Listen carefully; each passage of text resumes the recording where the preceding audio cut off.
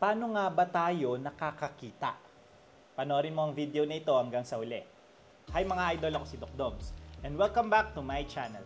Para sa mga bago lang sa channel ko, I'm a board-certified ophthalmologist and a retina specialist here in the Philippines. So if you want medical and eye contents, please don't forget to hit that subscribe button and turn on that notification bell for more videos like this. Pero disclaimer lang po, ang mga videos na ginagawa ko ay hindi para mag-diagnose ng mga iba't ibang sakit nyo sa mata dahil mahirap mag-diagnose sa ganitong platform. Bagkos ito ay para mas maintindihan nyo yung mga iba't ibang sakit sa mata na na-diagnose na sa inyo. Ang pagpapacheck up sa inyong ophthalmologist ay ine-encourage. And for today's video, pag-usapan naman natin yung proseso kung paano nga ba tayo nakakakita ng malinaw. Tara, let's discuss. Napaka-importante ng ating mga mata para makita natin ng malinaw ang ating kapaligiran. Pero napaisip ka na ba kung paano nga ba tayo nakakakita ng malinaw? Saan nga ba ito nagsisimula at paano ito nagiging malinaw na larawan na ating nakikita? Yan ang pag-uusapan natin ngayon, mula sa pagpasok ng ilaw hanggang sa makakita na tayo ng malinaw. Lahat ay nagsisimula sa light. Dahil ang mga bagay sa paligid natin ay nagre-reflect ng ilaw. At kapag tumama ang reflected light na ito sa ating mga mata, doon na magsisimula ang proseso ng paningin. Kapag ang ilaw ay pumasok sa ating mga mata, ito ay unang tatama sa ating mga cornea. Ito yung clear or transparent na parte na parang dome shape sa pinakaharap na parte ng ating mga mata. Ito ang isa sa mga pinakaimportante sa refraction or yung tamang pagpasok ng ilaw sa loob ng mata. Ang refraction ay yung tamang pag-bend ng ilaw kapag pumasok ito sa loob ng mata.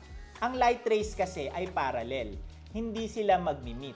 Pero pag pumasok ito sa loob ng mata at tumama sa cornea, ay ibe-bend ito ng cornea para mag-meet sila sa isang punto sa retina. Napaka-importante ng tamang pag-bend ng ilaw sa loob ng mata para tumama ito ng sakto sa retina. Hindi kulang, hindi rin sobra. After tumama ng ilaw sa cornea, ay dadaan ito sa tinatawag na aqueous humor. Ito yung klarong likido sa likod ng cornea. Tumutulong din ito kahit papano sa tamang refraction, pero napaka-minor lamang. Sunod naman ay dadaan ito sa tinatawag na pupil. Ito yung maliit na butas na bilog sa gitna ng ating mga mata. Bale, ito yung parang pintuan or bintana kung saan dadaan or papasok ang ilaw papunta sa likod ng ating mga mata. Lumalaki ito sa dilim para mas makakita tayo ng malinaw at lumiliit naman kapag masyadong maliwanag. So parang kinokontrol nito yung amount or yung dami ng ilaw papasok sa loob ng mata. At kinokontrol naman ito ng iris. Ito yung nagbibigay ng kulay sa ating mga mata. Pwedeng brown, blue o di kaya ay black. Ito yung nagpapalaki or nagpapaliit ng size ng pupil. Pagkapasok ng ilaw sa pupil ay tatama naman ito sa nakaharang sa likod nito na tinatawag na lens. Ang lens naman ay isang malinaw at flexible na parte ng mata na tumutulong sa cornea para sa tamang refraction. Mas binebend pa nito ang ilaw para tumama ng sakto sa retina. Katulong ng mga ciliary muscles kung saan nakakapit ang lens ay nababago nito ang kanyang hugis depende kung saan natin gustong mag-focus, kung sa malayo or sa malapit. Mas nagiging pabilog kasi ito kapag tumitingin tayo sa malapit at pahaba naman or flatter kapag titingin tayo sa malayo. Ang pagbilog or pag-focus nito sa malapit ay yung tinatawag na accommodation. Kapag nagka-problema naman sa pag-focus ng ilaw, ang cornea at ang lens, at hindi ito tumama ng sakto sa retina, pwedeng bitin, pwedeng sobra, or pwedeng maraming punto ang tinatamaan, ang tawag dito ay error of refraction or refractive error. Ito ay mas kilala sa tawag na grado sa mata. Kaya napaka-importante ng ating cornea at ng lens para sa tamang pag-focus ng ilaw sakto sa retina para hindi tayo magkaroon ng grado sa mata. Pagkatapos dumaan sa lente ay unti-unti na itong magmi-meet up at didiretso at para tumama sa isang punto sa retina. Ang retina ay parang pelikula or film ng camera na kung saan dito na focus ang light or ilaw na pumapasok sa mata para maproseso ito ng maayos. May dalawang pangunahing cells ang retina, yung tinatawag na rod cells at cone cells.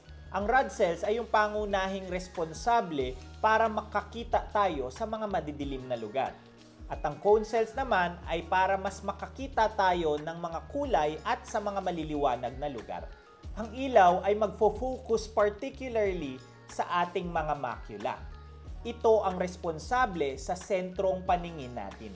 Pag tumama ang ilaw sa rod cells at cone cells, ay hindi pa tayo dito makakakita.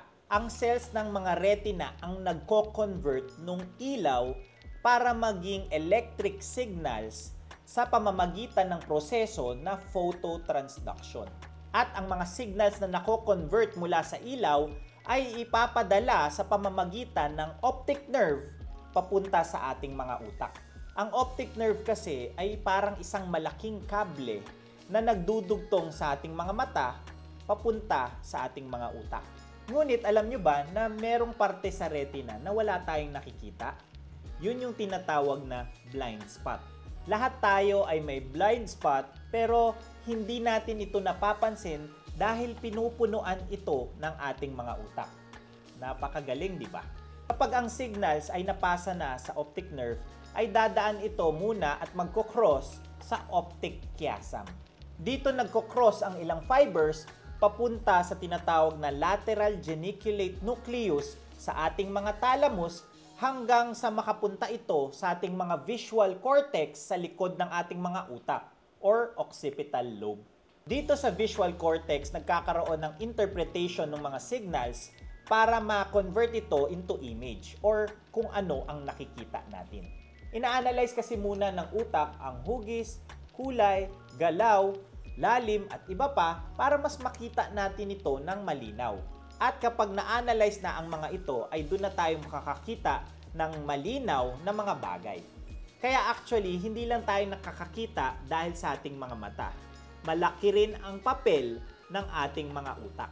Kahit gaano ka-healthy or walang problema ang iyong mga mata, kung may problem naman sa visual cortex, ay hindi ka pa rin makakakita.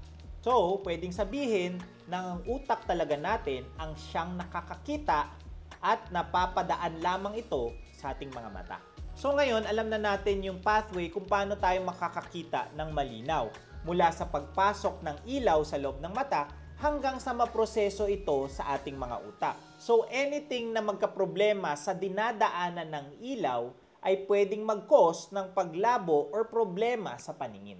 So hindi ibig sabihin na porke lumabo ang ating mga paningin ay iisa lamang ang problema ng mata at madali lamang itong solusyonan sa pamamagitan ng salamin.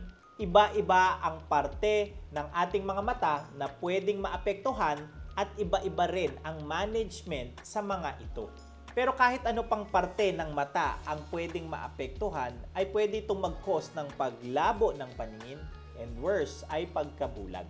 Tulad ng sinabi ko kanina na refractive error or nagkaroon ng problema sa tamang pag-focus ng ilaw sa retina na pwedeng mag-cause ng paglabo nito.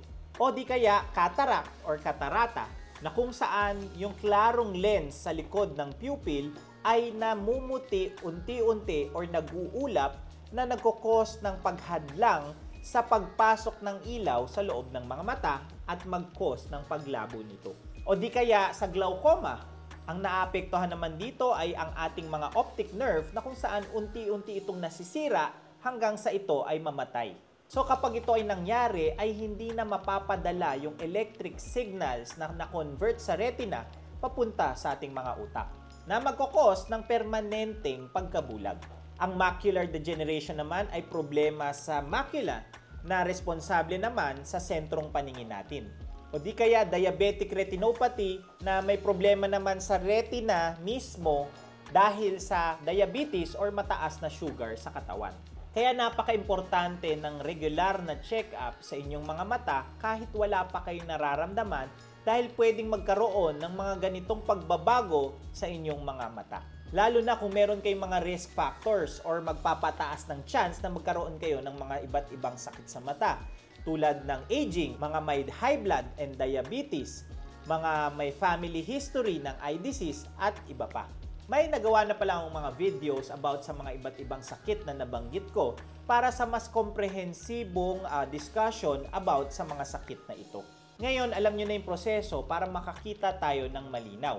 Mula sa pagpasok ng ilaw, pagtama nito sa cornea at ang lens para ma-focus ito papuntang retina at maipadala ang signals via the optic nerve papunta sa ating mga utak. Isang napakagandang paalala ito na napakahusay ng pagkagawa at pagkadisenyo ng ating mga katawan at mga mata. At kung bakit dapat nyo itong alagaan. Sana mas naintindihan nyo ang proseso kung paano tayo mas nakakakita ng malinaw para mas na-appreciate natin ang kahalagahan nito at ang kahalagahan ng pag-alaga sa ating mga paningin. Kapag may naramdamang paglabo sa paningin ay huwag kayong magdalawang isip na magpa-check up kagad sa inyong mga ophthalmologist. Dahil for sure, merong problema sa isang parte ng iyong mga mata na humahad lang para makakakita ka ng malinaw.